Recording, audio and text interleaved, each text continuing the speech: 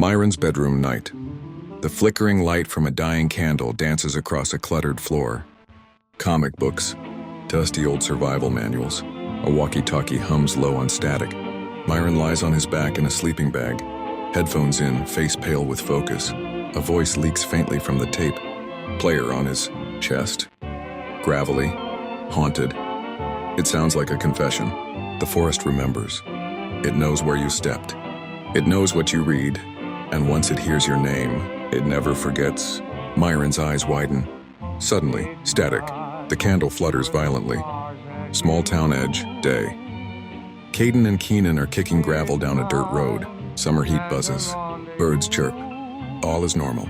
Keenan, so let me get this straight. Your friend listened to a haunted audiobook and now thinks the world's gonna end. Caden, not haunted, just weird.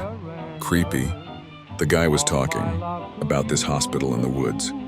Chestnut Woods says he found some notebook. And yeah, visions, monsters, all that. Keenan, fuck-ass Myron. Dude probably had a bad dream and thinks it's like some sort of prophecy.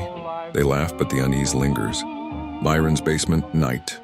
A wrinkled map of the forest is spread across the floor. Red pins, scribbles, a circle around an unmarked spot deep in the trees. Myron, I didn't make the tape. I just listened. But something's wrong with it.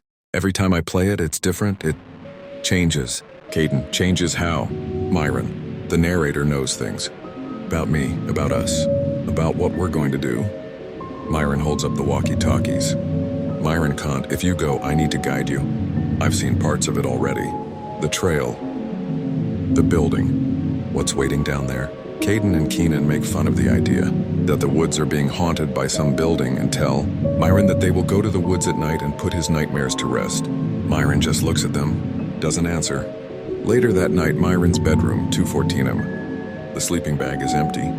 Footsteps. A creaky door. Road to Chestnut Woods, night. Caden and Keenan walk under pale moonlight. Backpacks on, walkie in hand. Kadim's into walkie. We out here, I'd stop crashing out. Myron, through walkie. I told you not to go. Keenan, yeah. And we told you not to watch those horror movies and keep to YouTube kids, but nah, look how that turned out. They enter the forest. The air immediately grows colder. The wind dies. The walkie crackles. Deep in the woods, night. The forest grows dense, unnatural. Branches claw like fingers. The ground feels wrong, spongy like something breathing underneath. They follow Myron's voice from the walkie. He warns them of turns, tells them when to stop, when to move. Myron, there should be a clearing. You'll see a broken fence. You're almost there. Caden, almost where? Myron, Chestnut Woods. Psychiatric Center ruins, night. It looms in moonlight, twisted metal, ivy-covered walls, black windows like open mouths. Keenan, that looks welcoming. They push the doors open. They groan like something in pain. Inside, darkness swallows them whole. Main hall, Chestnut Woods, night. Flashlights cut through thick dust. Walls marked with red stains. Scratches gouged into steel doors. Caden flips through an old logbook. Caden, this place was shut down during the outbreak. Some of the patients were test subjects. Keenan, then what the hell's with these bite marks on the walls? They descend deeper. Basement hallway, night.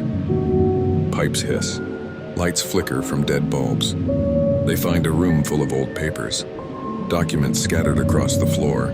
One sheet is stamped Experiment 17 failure.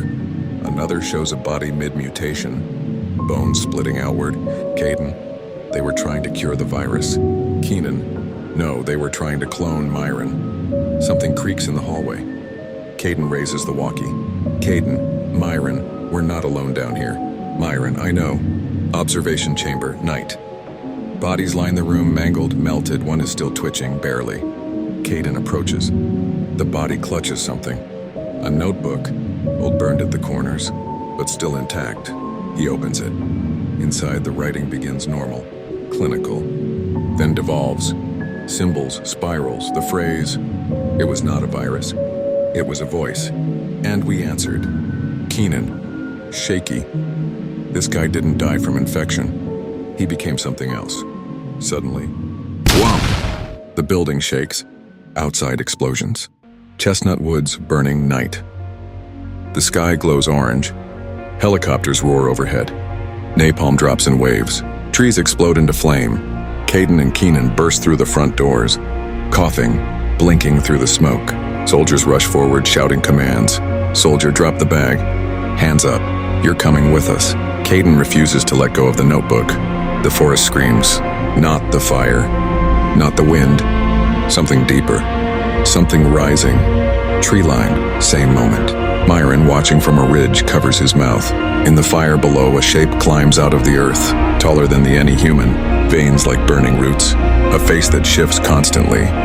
Human 1 second, skeletal the next, then something in between. Myron whispering.